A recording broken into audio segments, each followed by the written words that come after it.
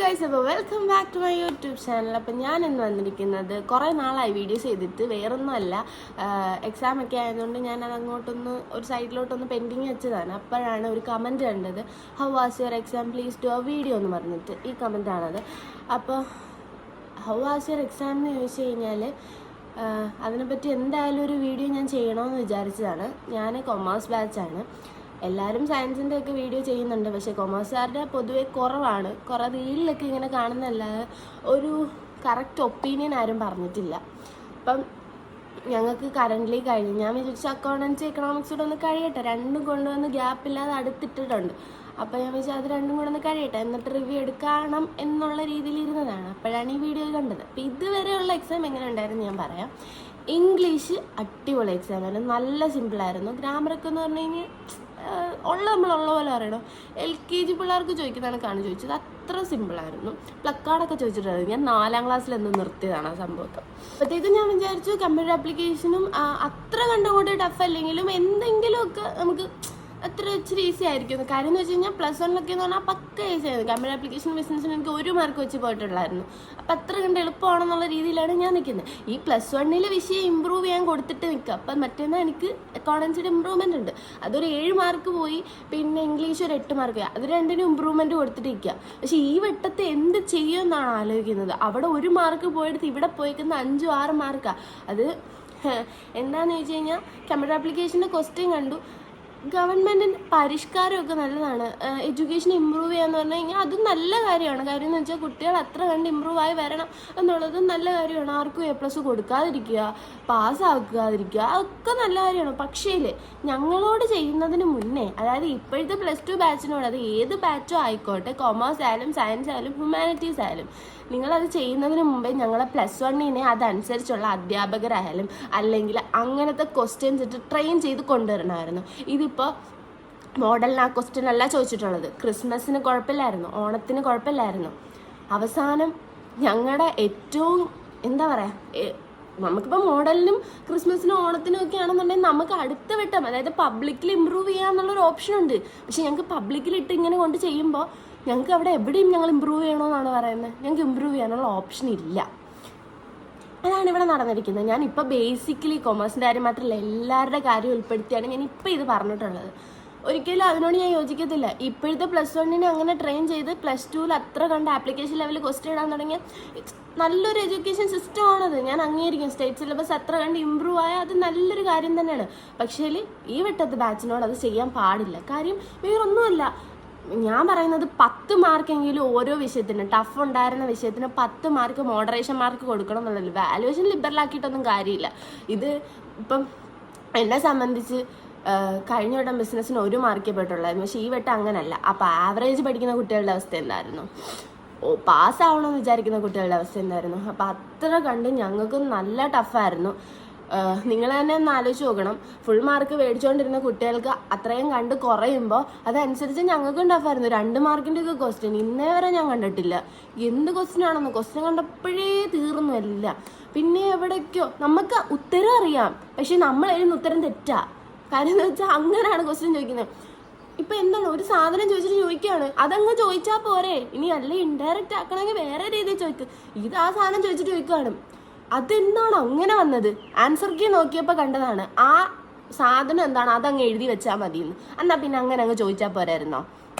ഇതിപ്പോൾ അങ്ങനെ ഒന്നല്ല ചോദിച്ചിട്ടുള്ളത്. ഇപ്പം എല്ലാവരും ചിലർ പറയുന്നുണ്ട് കൊമേഴ്സും ടഫായിരുന്നു, പക്ഷെ ചിലർ പറയുന്നുണ്ട് സയൻസിൻ്റെ അത്രയും ടഫല്ലായിരുന്നു.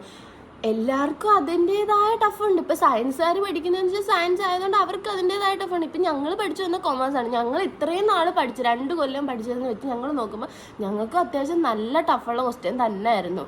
+1 മുതൽ ഈ +2 വരെ എത്തി നിൽക്കുമ്പോഴും നല്ല ടഫുള്ള ക്വസ്റ്റ്യൻ ആയിരുന്നു. ആരും കൊമേഴ്സിൻ്റെ കാര്യം പറഞ്ഞിട്ടൊരു വീഡിയോ ആവട്ടെ ഒന്നും ചെയ്യുന്നത് ഞാൻ കണ്ടില്ല. അതുകൊണ്ടാണ് ഞാൻ പറയുന്നത് ഞങ്ങൾക്ക് നല്ല ടഫ് ഉണ്ടായിരുന്നു. എൻ്റെ ഒരു അഭിപ്രായത്തിൽ ഞാൻ പറയുകയാണെങ്കിൽ ഇപ്പോഴത്തെ +2 ബാച്ചിനോട് തീരെ ഇത് ചെയ്തത് ഞാൻ യോജിക്കില്ല. കാര്യം വേറൊന്നുമല്ല, ഞങ്ങൾക്ക് ഇനി വേറെ ഓപ്ഷൻസ് ഇല്ല. ഫുൾ മാർക്കും A+ അല്ലെങ്കിൽ ആവറേജ് മാർക്കോ പാസ് മാർക്കോ പ്രതീക്ഷ കുട്ടികൾക്ക് അതിലേറ്റവും കുറഞ്ഞു പോകാന്ന് പറയുമ്പോൾ അതിൻ്റെ ആ ഒരു പെയിൻ എത്രത്തോളം ഉണ്ടെന്ന് മനസ്സിലാക്കാൻ സാധിക്കാവുന്നതേ ഉള്ളൂ. ഇപ്പം ചെയ്യാമായിരുന്നു, +1 ചെയ്യാമായിരുന്നു, അത് ചെയ്തില്ല. അപ്പോൾ ഇനി ചെയ്യാൻ പറ്റുന്നതെന്ന് പറഞ്ഞാൽ ഗവൺമെൻറ് വാല്യൂ ചെയ്യുമ്പോൾ ഇനിയിപ്പോൾ എന്തായാലും ക്വസ്റ്റ്യൻ ഇട്ടു, ഇനിയിപ്പോൾ അത് മാറ്റാൻ പറ്റില്ല എന്നായിരിക്കാം പറയാം. അല്ലെങ്കിൽ നിങ്ങൾക്ക് ഈ ക്വസ്റ്റ്യൻ തന്നെ ഇടും, ഇതിനകത്ത് മാറ്റമൊന്നും വരത്തില്ല, ഞങ്ങൾ പരിഷ്കരിച്ചതാ. ശരിയാണ്, പരിഷ്കരിച്ചതാ. പക്ഷെ പരിഷ്കാരം ഞാൻ പറഞ്ഞല്ലോ +1 ആകണമായിരുന്നു. ഇനി കണ്ട് ചെയ്യാൻ പറ്റുന്നതെന്ന് വെച്ചാൽ 10 മാർക്ക് മോഡറേഷൻ മാർക്ക് കൊടുക്കുക, വേറൊന്നും പറയല്ല. ഇപ്പം ഈ പേപ്പർ നോക്കുന്നവർ സത്യം ഞാൻ ഒരു കാര്യം പറയാമെങ്കിൽ ഈ കൊമേഴ്സിൻ്റെ പേപ്പറിൽ A+ മേടിക്കുന്നവർക്ക് രാജാവിൻ്റെ കിരീടം എടുത്ത് വെച്ച് കൊടുക്കുക, അല്ലെ പാസ്സാവുന്നവർക്കും അതെടുത്ത് വെച്ച് കൊടുക്കേണ്ട അവസ്ഥ. കാര്യം എന്ന് വെച്ച് കഴിഞ്ഞാൽ അത്ര കണ്ട് ടഫായിരുന്നു. അപ്പം ഇപ്പം നിങ്ങൾ വിചാരിക്കും പാസ്സാക്കാൻ വേണ്ടിയിട്ട് ലിബറലായിട്ട് ചെയ്യാമെന്ന് വിചാരിക്കുമ്പോൾ അവരവിടെ പാസ്സാക്കുക, പക്ഷെ ഫുൾ മാർക്ക് മേടിക്കണമെന്ന് വിചാരിച്ച കുട്ടികളുണ്ട് ഇതിനകത്ത്. അപ്പം അവർക്ക് അവിടെ ഒരു രീതിയിലുള്ള ആനുകൂല്യങ്ങളും കൊടുക്കുന്നില്ല. കഴിഞ്ഞ വട്ടം പഠിച്ചെടുക്കുക, ചിലർക്ക് ഇത് മനസ്സിലാവണമെന്നില്ല. പാരൻസ് ആവട്ടെ അല്ലെങ്കിൽ ഇവിടുത്തെ നാട്ടുകാരാവട്ടെ ആരെങ്കിലും ചോദിക്കണം, എന്ത് മോക്ക് അത്രയും കുറഞ്ഞേ, പറയാൻ പറ്റുമോ? പറ്റില്ല. ഇപ്പോഴത്തെ എഡ്യൂക്കേഷൻ സിസ്റ്റം പരിഷ്കരിച്ചു എന്ന് പറയുമ്പോൾ ആർക്കെങ്കിലും മനസ്സിലാവും? ആർക്കും മനസ്സിലാവത്തുമില്ല. അപ്പം എൻ്റെ ഹൗ വാസ് യുവർ എക്സാം എന്ന് ചോദിച്ചെടുത്ത് എനിക്ക് പറയാൻ ഒറ്റ ഉത്തരവേ ഉള്ളൂ. ഞാൻ കമ്പാരിറ്റീവ്ലി ആണ് പറയുന്നത്, എൻ്റെ സൈഡ് മാത്രമല്ല ഞാൻ പറയുന്നത്. ഞങ്ങൾക്ക് കമ്പ്യൂട്ടർ ആപ്ലിക്കേഷനും ബിസിനസ് സ്റ്റഡീസും അട്ടർ ഫ്ലോപ്പായിരുന്നു. ഇമ്പോർട്ടൻറ്റ് ക്വസ്റ്റ്യനും അല്ല ചോദിച്ചേക്കുന്നത്. സത്യം പറയാമെങ്കിൽ മൊത്തം അരച്ച് കലക്കി കുടിച്ച ഒരു കുട്ടിക്ക് ബ്രില്യൻ്റ് ആയിട്ട് വന്നിരുന്ന എക്സാം എഴുതാൻ പറ്റുന്ന രീതിയിലാണ് ക്വസ്റ്റ്യൻ ചോദിച്ചേക്കുന്നത്. പക്ഷേ നമ്മളവിടെ അങ്ങനെയല്ല ചിന്തിക്കുന്നത്. ഇതുവരെ എസ്സേക്ക് ചോദിക്കാത്തൊക്കെയാണ് കമ്പ്യൂട്ടർ ആപ്ലിക്കേഷൻ എസ്സേ ചോദിച്ചേക്കുന്നത്, 5 മാർക്കിന് എസ്സേ ചോദിച്ചേക്കുന്നത്. അതൊക്കെ അതിൻ്റെ ഓപ്പറേറ്റേഴ്സ് മാത്രം പഠിച്ചു വെച്ചാൽ അതൊക്കെയാണ് എസ്സേ ചോദിച്ചേക്കുന്നത്. അത്ര കണ്ട് പാടായിരുന്നു എന്ന് മനസ്സിലാക്കുക. അതുപോലെ തന്നെ ആയിരുന്നു ബിസിനസ്സിൻ്റെ കാര്യം.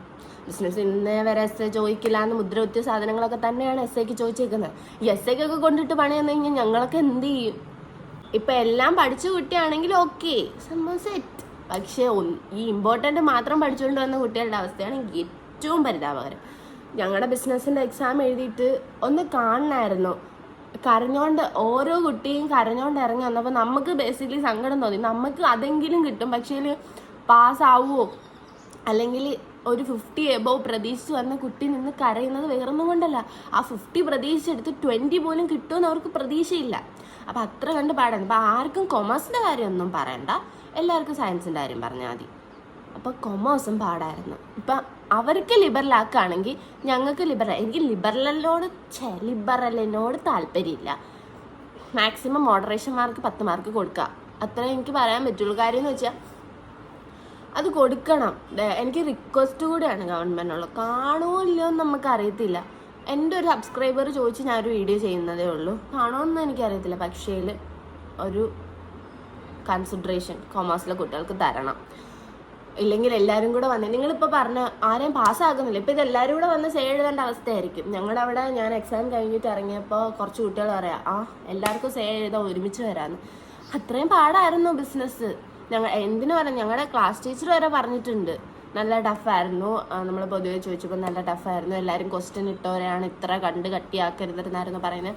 പാറ്റേൺ മാറ്റും എന്ന് നമ്മുടെ അടുത്ത് പറയുന്നുണ്ടായിരുന്നെങ്കിലും നമുക്ക് ക്രിസ്മസിന് പാറ്റേൺ മാറ്റിയിട്ടില്ല, ഓണത്തിന് പാറ്റേൺ മാറ്റില്ല. മോഡൽ പരീക്ഷയായിരുന്നു കാണണ്ട, എന്താ സിമ്പിൾ പരീക്ഷയായിരുന്നു അറിയോ.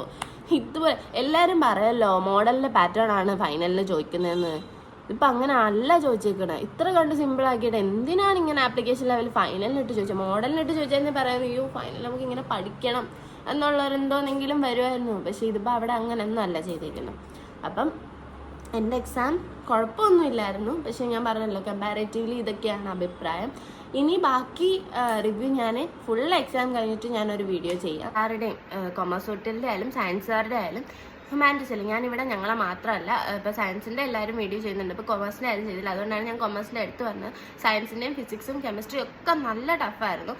ഞാൻ ഇങ്ങനെ കേട്ടതാണ് 10 മാർക്ക് ഫുൾ മാർക്ക് കിട്ടിയ കുട്ടിക്ക് 10 മാർക്ക് പോലും കിട്ടില്ല എന്നുള്ള അവസ്ഥ. എൻ്റെ അപ്പുറം ഇപ്പുറം ഇരുന്ന് എഴുതിയത് എനിക്കറിയാം എത്രത്തോളം ടഫ് ഉണ്ടായിരുന്നു എന്ന്.